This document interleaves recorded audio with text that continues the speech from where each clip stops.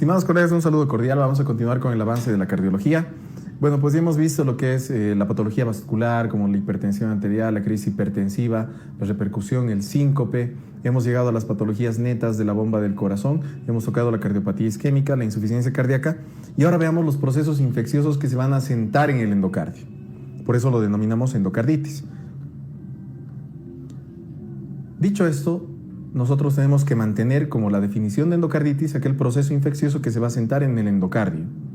O sea, estamos hablando de las válvulas del corazón, estamos hablando de los músculos papilares, de las cuerdas tendinosas, del endocardio mural en sí, y también estamos hablando de cualquier dispositivo que puede ser implantado en este sector.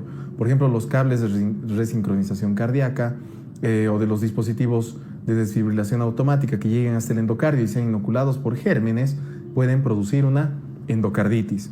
Ahora, ¿todas las endocarditis están producidas por procesos infecciosos? La mayor parte, pero hay un pequeño número que también pueden ser producidas por procesos inflamatorios, por ejemplo. En el caso, por ejemplo, del lupus eritematoso sistémico, la famosa endocarditis de Lehmann-Sachs, ¿no? Que no es un proceso infeccioso, pero es un proceso inflamatorio. Ahora, ¿qué más debemos recordar nosotros? Que lesión del endocardio, endocarditis. Lesión típica son las vegetaciones que nosotros vamos a observar. Ahora, tiene una etiología bastante variada, pero tenemos que acordarnos de los gérmenes más comunes. Los gérmenes de la familia de los streptococos y de los estafilococos son los más comunes desde de lejos que van a producir las endocarditis.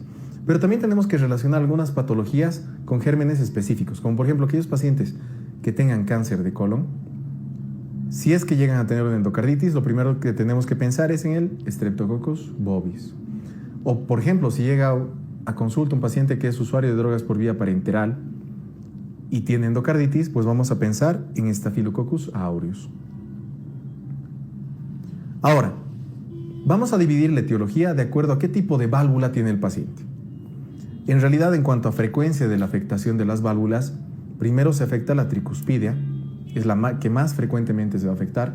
Luego se afecta la válvula mitral, en segundo lugar. En tercer lugar se afectan ambas juntas, tanto la tricuspidia como la mitral. Y en cuarto lugar se afecta la válvula aórtica. Es en cuanto a frecuencia, en cuanto a la estadística de qué válvula es más afectada. Primero la tricuspidia, luego la mitral, luego ambas juntas, la tricuspidia y mitral, y finalmente la válvula aórtica.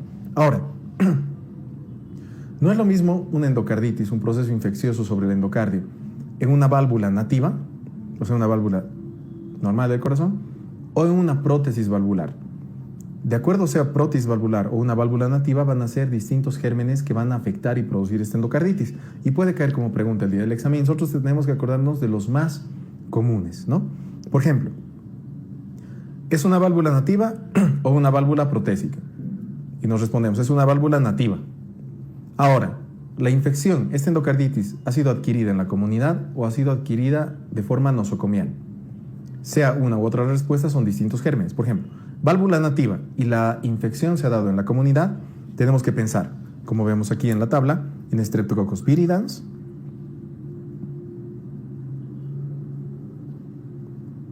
vamos a pensar en Staphylococcus aureus, en Enterococcus, o aquellos microorganismos pertenecientes al grupo HASEC. O sea, estamos hablando del Haemophilus parainfluenza, del Actinobacillus, del Cardiobacterium suminis, o de la Legionella corrodens, o finalmente de la Kingella kingae. Si es que es una endocarditis de una válvula nativa adquirida en la comunidad. Pero ¿qué pasa si es una válvula nativa y la endocarditis ha sido adquirida nosocomialmente? Pues vamos a pensar en Staphylococcus, en ambos Staphylococcus, los más frecuentes, el aureus, el epidermidis, y también vamos a pensar en los Enterococcus. Ahora, si es que el paciente tiene endocarditis, pero sabemos que tiene una prótesis valvular, ¿en qué gérmenes vamos a pensar? Depende, si es que ha pasado dentro de los primeros 2 meses o luego de los 2 meses. Ahora, dentro de los primeros 2 meses o 60 días, pensamos en los 2 Staphylococcus, que son los que generalmente han podido afectar, ya sea el aureus o el epidermidis.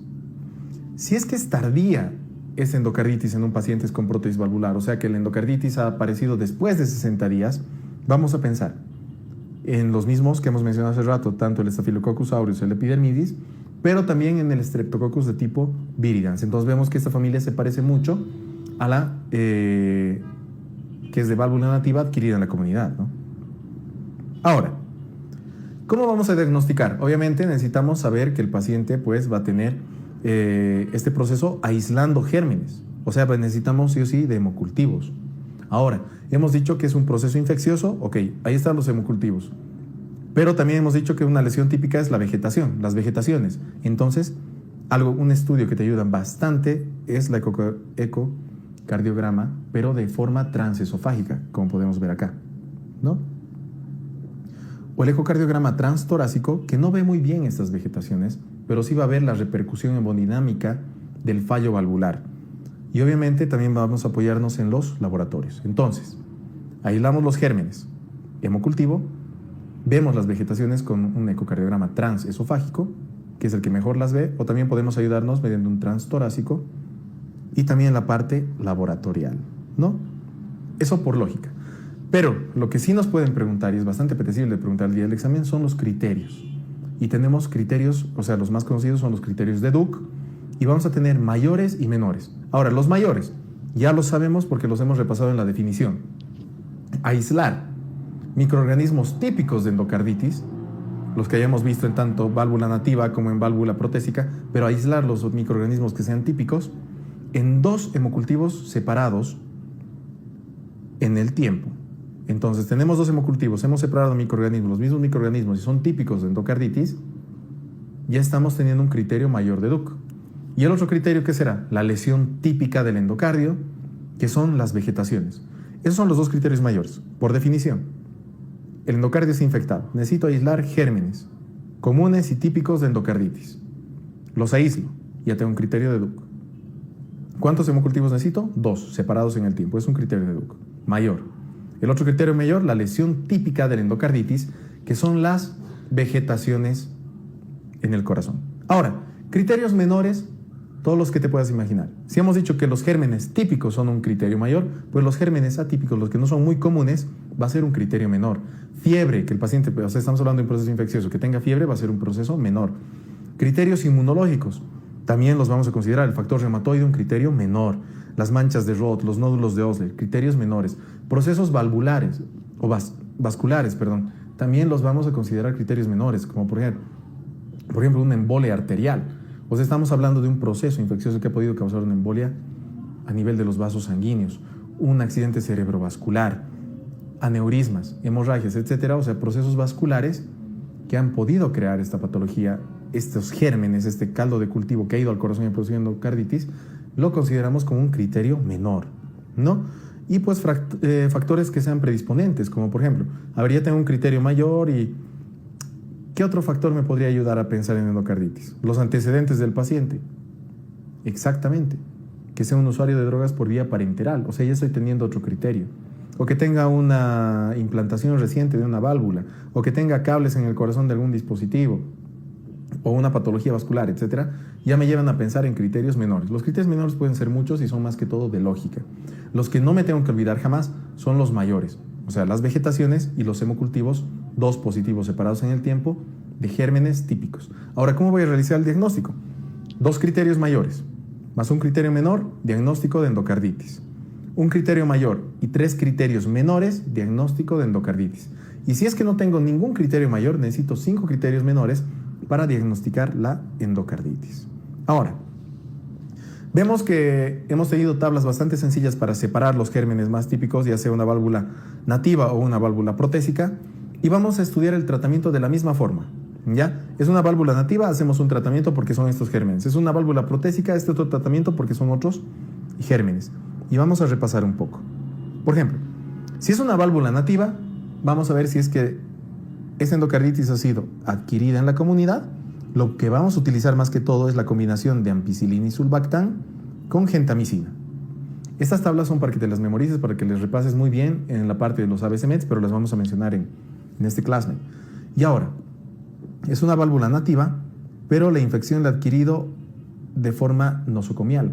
Vamos a cambiar un poco el tratamiento, mantenemos la gentamicina, pero vamos a asociar a vancomicina y a una fluoroquinolona, a la ciprofloxacina. Eso en cuanto a válvula nativa. Pero ¿cómo vamos a realizar el tratamiento en una válvula protésica? El paciente tiene una válvula protésica, ya sea temprana o tardía, el tratamiento va a ser el mismo.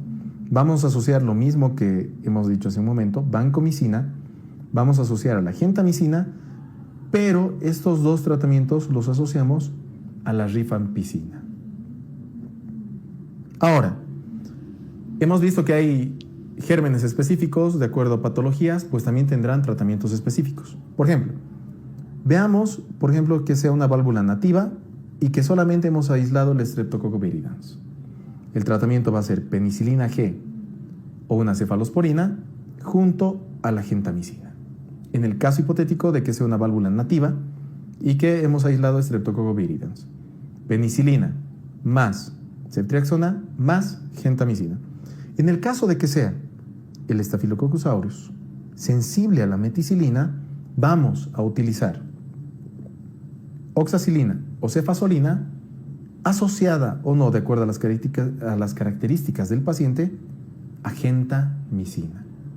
Estas tablas, como te repito, son de memoria, necesitas dar un par de leídas para familiarizarte muy bien entre la patología, el germen aislado y el tratamiento específico. Ahora, si es que tenemos el Staphylo aureus resistente a la meticilina, nos abocaremos a utilizar vancomicina.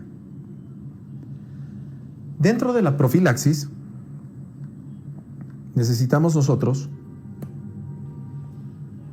ver que este paciente ha podido tener, ¿cuándo realizamos la profilaxis en primer lugar? En pacientes que tengan mucho riesgo de tener una endocarditis, tengan factores de riesgo y se vayan a someter a un procedimiento dental. ¿A qué nos referimos? Puede ser un paciente que ha tenido antecedentes de una endocarditis anteriormente y se va a realizar, un tratamiento de cualquier diente. Necesitamos nosotros dar un tratamiento preventivo, profiláctico. ¿Y qué tratamiento lo vamos a dar? Amoxicilina 2 gramos por vía oral 1 hora antes de este procedimiento. Pero no todos los pacientes pueden tomar amoxicilina, no todos los pacientes pueden tomar los betalactámicos o las penicilinas semisintéticas. Pues tenemos que tener opciones. Y una de esas opciones va a ser la amoxicilina vía oral. No la utilizamos, pero sí vamos a utilizar la clindamicina 600 miligramos 1 hora antes del procedimiento. Todas las endocarditis se van a solucionar con las tablas de tratamientos que hemos dado, la mayoría. Pero las que no se pueden solucionar necesitan un abordaje de tipo quirúrgico, ¿ya? Y hay otras indicaciones en las cuales el tratamiento también es netamente quirúrgico. Por ejemplo, cuando una válvula tiene una disfunción grave, ha habido una rotura de un músculo por el proceso infeccioso, por ejemplo, esa válvula ya no está funcionando, va a llevar a que el paciente tenga insuficiencia cardíaca, entonces el tratamiento sí tendrá que ser netamente quirúrgico. Una infección que no pueda controlarse porque los medicamentos no van a llegar a tener una buena biodisponibilidad en el lugar. Entonces, ¿qué podremos hacer? Pues si no me funciona el tratamiento médico, podemos utilizar el tratamiento quirúrgico, remover esa válvula, implementar otra, etcétera, ¿no? Microorganismos que sean resistentes. Hemos utilizado las líneas de tratamiento, no nos funciona, nos vamos al tratamiento quirúrgico. Y una embolia sistémica. Con eso hemos llegado al final del tema de endocarditis. Como puedes ver, necesitamos saber el concepto general, que es una infección del endocardio, qué gérmenes lo van a producir generalmente, cómo los tratamos y no olvidarnos que las vegetaciones son típicas del endocarditis. Entonces, teniendo un par de ideas claves, vamos a poder contestar todos los temas referidos a endocarditis el día del examen. Espero que este tema haya sido de bastante ayuda en tu preparación y pues nos veremos en el siguiente tema de cardiología.